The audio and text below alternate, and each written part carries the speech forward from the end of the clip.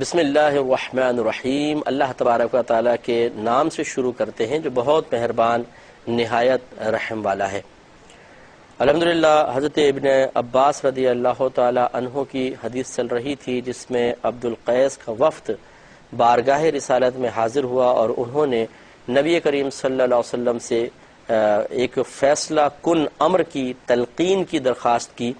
اور یہ بھی کہا کہ رسول اللہ ایسا کوئی بتائیں کہ ہم اپنے پیچھے والوں کو جا کے اس کی خبر دیں اور اس کے سبب اللہ تعالی ہمیں جنت میں داخلہ عطا فرما دے۔ اس میں نبی کریم صلی اللہ علیہ وسلم نے 4 چیزوں کا حکم دیا اور 4 چیزوں سے منع کیا، لیکن جن 4 چیزوں کا حکم دیا ان میں ایک 5ویں کا اضافہ نبی کریم صلی اللہ علیہ وسلم نے خود فرمایا، لیکن چونکہ مقصود اصلی 4 کا بیان تھا اس لیے راوی نے شروع میں یہ کہا کہ 4 چیزوں کا حکم دیا۔ ان میں پہلا اللہ تعالیٰ پر ایمان لانا، یعنی اور ایمان لانے کی کیفیت خود سرکار نے بتائی کہ اللہ تعالیٰ کو عبادت کے لائق سمجھنا، اس کے علاوہ کسی کو عبادت کے لائق نہ سمجھنا، اور محمد صلی اللہ علیہ وسلم کو اللہ تعالیٰ کا رسول تسلیم کرنا، یہ پہلا ہے۔ دوسرا نماز قائم کرنا، تیسرا زکوٰۃ ادا کرنا، اور چوتھا رمضان کے روزے رکھنا۔ یہ 4 چیزوں کو سرکار نے حکم دیا اور 5واں اضافہ فرمایا اور یہ کہ تم مال غنیمت میں سے خمس یہاں لا کر دو، 5واں حصہ اللہ تعالیٰ اور اس کے رسول کے لیے ہوگا۔ تو چنانچہ اس پر ہم کلام کر رہے تھے کہ نبی کریم صلی اللہ علیہ وسلم نے ہر عمل اخلاص تو آپ کے قدموں کی گرد کی برکت سے ہی اخلاص بنا ہے، تو یہ نہیں ہے کہ معاذ اللہ ثم معاذ اللہ آپ جو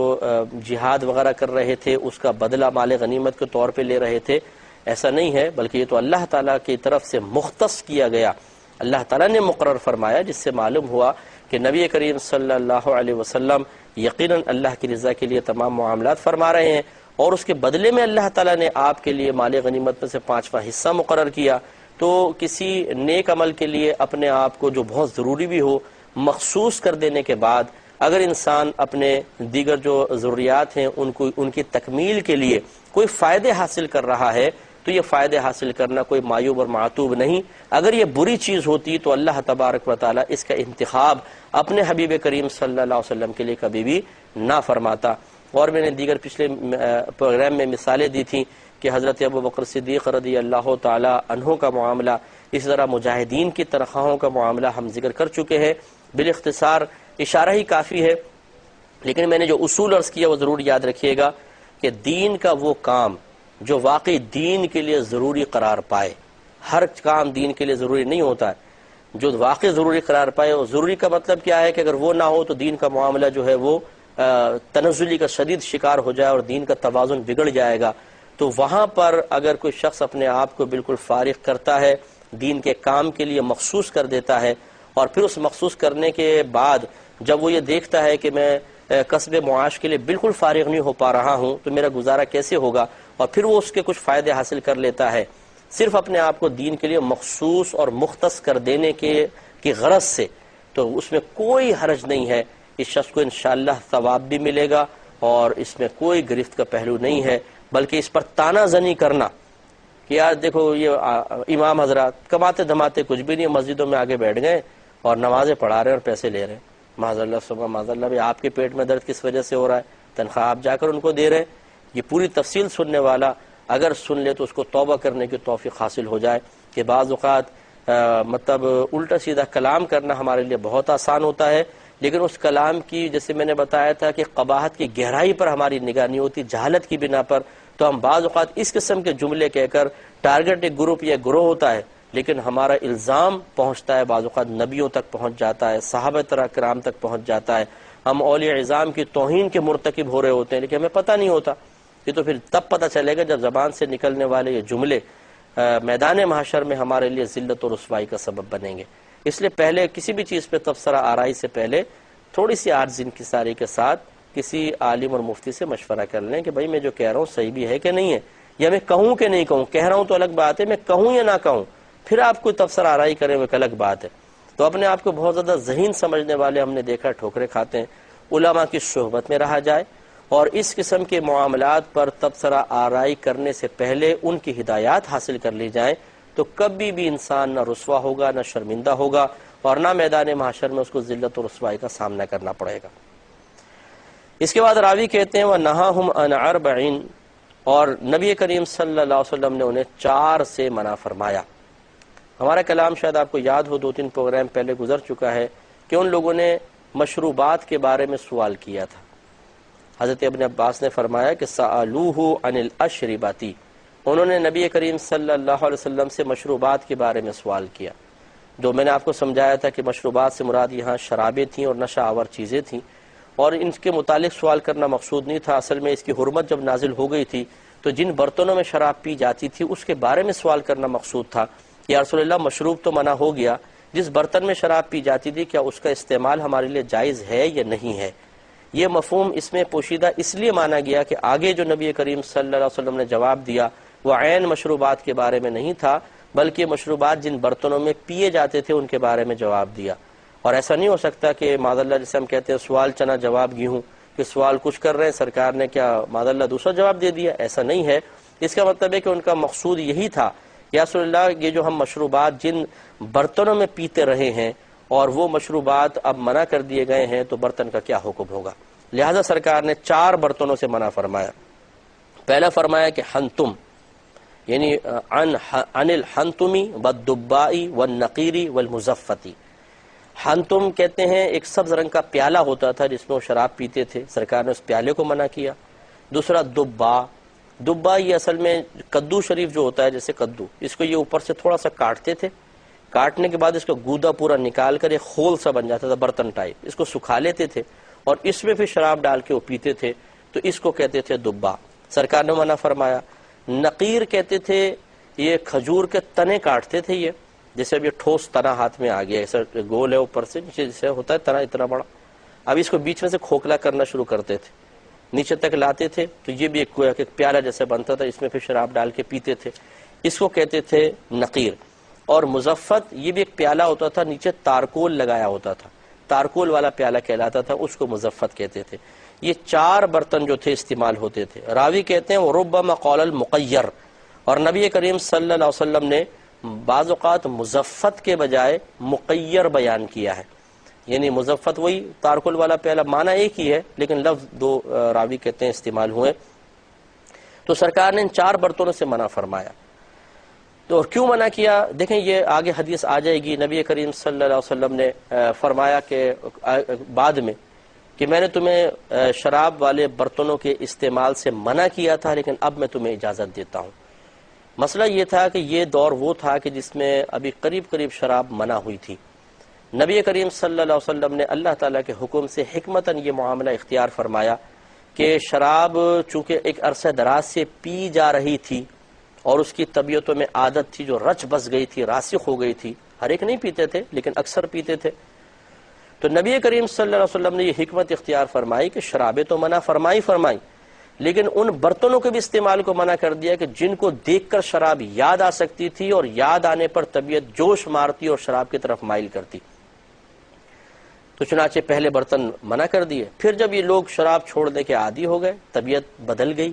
بالکل پکے ہو گئے، اس کے بعد سرکار نے فرمایا اب برتن استعمال کرو، اب تمہاری طبیعتیں اتنی مضبوط ہو چکی ہیں کہ ان برتنوں کو استعمال کرنے کے باوجود دوبارہ شراب کی طرف تمہارا دھیان نہیں جائے گا۔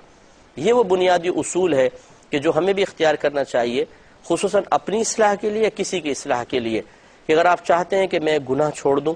میں خطا چھوڑ دوں، ایک برائی ترک کر دوں، گندی عادت نکل جائے، تو ہر اس چیز کو اپنے سے جدا کر دیں جو اس بری عادت یا گندے کام کی یاد دلاتی ہو، یہ بہت ضروری ہے۔ اگر آپ نہیں چھوڑیں گے تو کبھی بھی پھر آپ گندی عادتوں سے اور بری صحبت سے یا برے افعال سے نہیں بچ سکتے ہیں۔ ہماری میجر مسٹیک یہ ہوتی ہے کہ ہم گویا کہ سمندر میں کھڑے ہو کر چاہتے ہیں کہ کپڑے گیلے نہ ہوں، دھوپ میں کھڑے ہو کر چاہتے ہیں کہ مجھے گرمی محسوس نہ ہو، یہ کیسے ہو سکتا ہے؟ اس کے لیے آپ کو پہلے دھوپ کو چھوڑنا ہوگا، سائے میں آ جائیں، سمندر سے باہر نکل کے اپنے کپڑے سکھانے ہوں گے، پھر دیکھیے کپڑے گیلے نہیں ہوں گے۔ اسی طریقے سے کسی برائی کو چھوڑنا چاہیں تو اس برائی کی طرف مائل کرنے والے، اس برائی کو یاد دلانے والے تمام معاملات چھوڑنے ہوں گے۔ مثال کے طور پر اگر خدا نخواستہ شراب پیتا تھا، اب اس نے توبہ کی، ہر ایسے دوست کو چھوڑ دیں کہ جس کو دیکھ کے شراب یاد آ جائے، ہر ایسی گلی میں جانا چھوڑ دیں، ہر ایسے مارکیٹ میں جانا چھوڑ دیں جہاں پر جا کے آپ کو شراب یاد آ جائے۔ جب عادت راسخ ہو جائے گی تو پھر انشاءاللہ بہت برکت ظاہر ہوگی، لیکن ابتدائی صورتحال میں کہ جب ابھی بھی نئے ہم نے اصلاح کی طرف قدم بڑھائے ہوں اور ہم برائی سے دور ہوئے ہوں، اور اگر ہم احتیاط نہیں کریں گے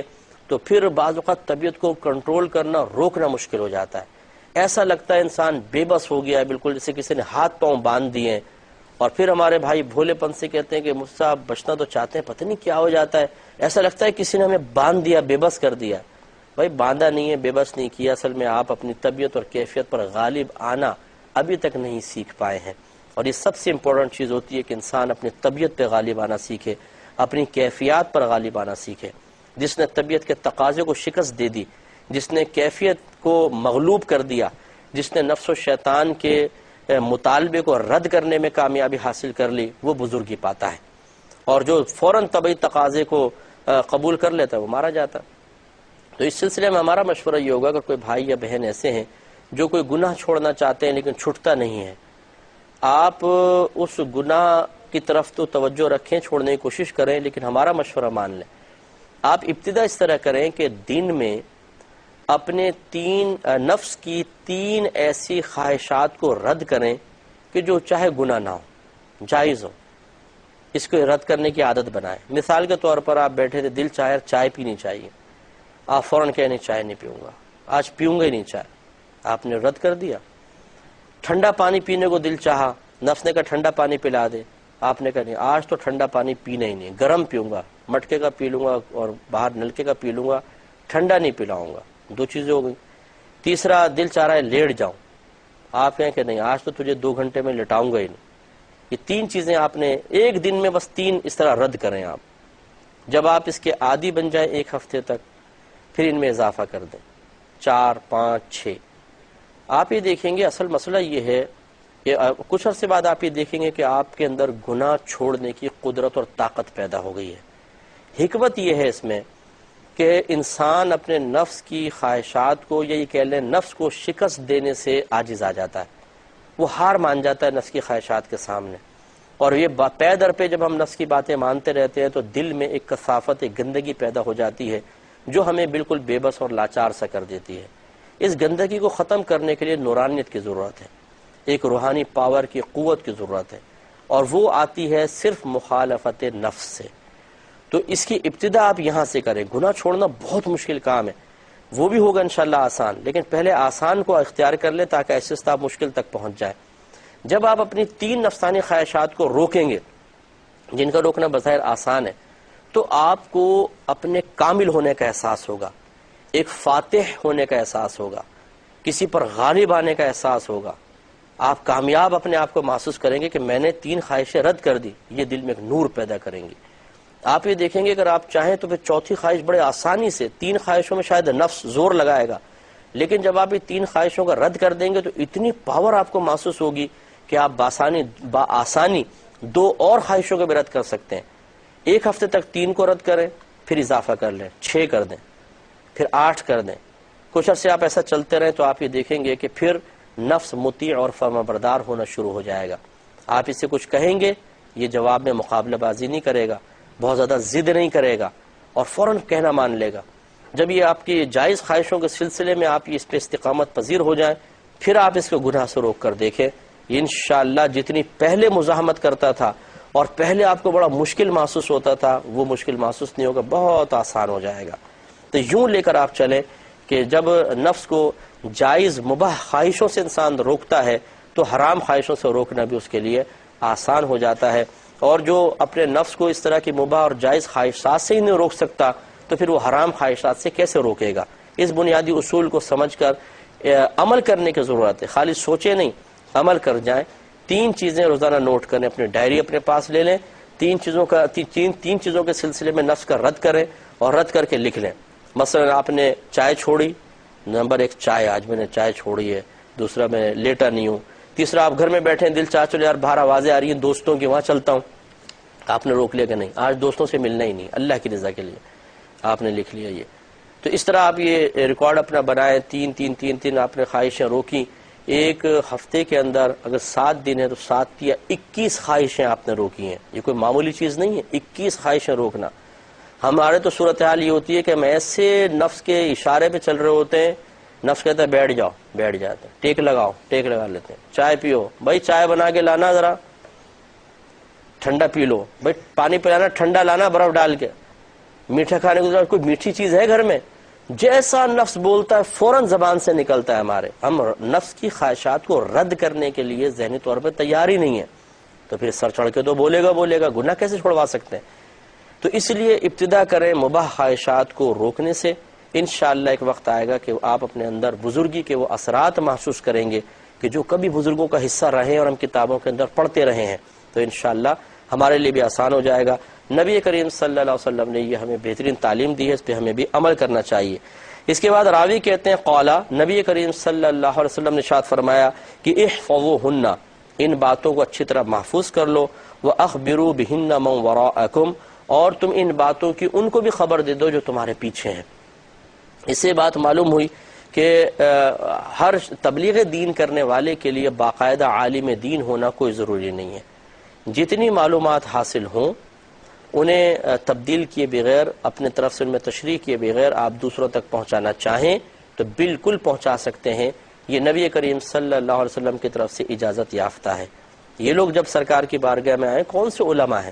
نبی کریم نے 8 چیزوں کی تلقین کی ہے، 4 کا حکم دیا، 4 سے روکا اور فرمایا جا کر دوسرے صحابہ کو بتا دو، جو آپ کے پیچھے لوگ ہیں مسلمان ہو گئے ان کو جا کے خبر دے دو. اگر عالم دین ہونا ہی تبلیغ دین کے جواز کی دلیل ہوتی تو پھر ان کے لیے کیسے جائز ہو گیا؟ گویا کہ نبی کریم صلی اللہ علیہ وسلم نے ان حضرات کو تبلیغ دین کی اجازت دے کر یہ بات قیامت تک کے لیے ثابت فرما دی کہ ہر شخص مبلغ ہے، جتنی اس کے پاس معلومات ہیں وہ کوشش کر کے دوسروں تک پہنچانے کی کوشش کرے. لیکن جیسے میں نے آپ کو کہا کہ جیسا آپ نے سنا علماء کرام سے ویسا پہنچائیں، اپنے پاس سے شرح نہ کریں، تشریح نہ کریں، کیونکہ اس میں غلطی کے امکانات ہیں. تو جیسے اب ہمارے پروگرام آ رہا ہے، آپ نے سماعت فرمایا، بالفضا آپ نے ریکارڈ کر لیا، یا یوٹیوب وغیرہ پہ بھی ڈالتے رہتے ہیں لوگ کلپس وغیرہ، وہاں سے آپ نے 1 دفعہ 2 دفعہ 3 دفعہ سن لیا، ذہن میں محفوظ ہو گیا. اب آپ کسی کو بعینی بتا دیں تو یہ بہت بڑی نیکی کا کام ہے، آپ کے لیے ثواب جاریہ ہوگا انشاءاللہ. اور نبی کریم صلی اللہ علیہ وسلم نے ارشاد فرمایا کہ بعض اوقات سننے والا بیان کرنے والے سے زیادہ اس چیز کو حفظ کرنے والا ہوتا ہے، تو ہو سکتا ہے وہ آپ سے بڑا ثواب جاریہ کر لے. اللہ تعالیٰ سے دعا ہے کہ رب کریم جو کچھ ہم نے سنا اس پر عمل پیرا ہونے کی توفیق عطا فرمائے. آمین. وآخر دعوانا ان الحمدللہ رب العالمین.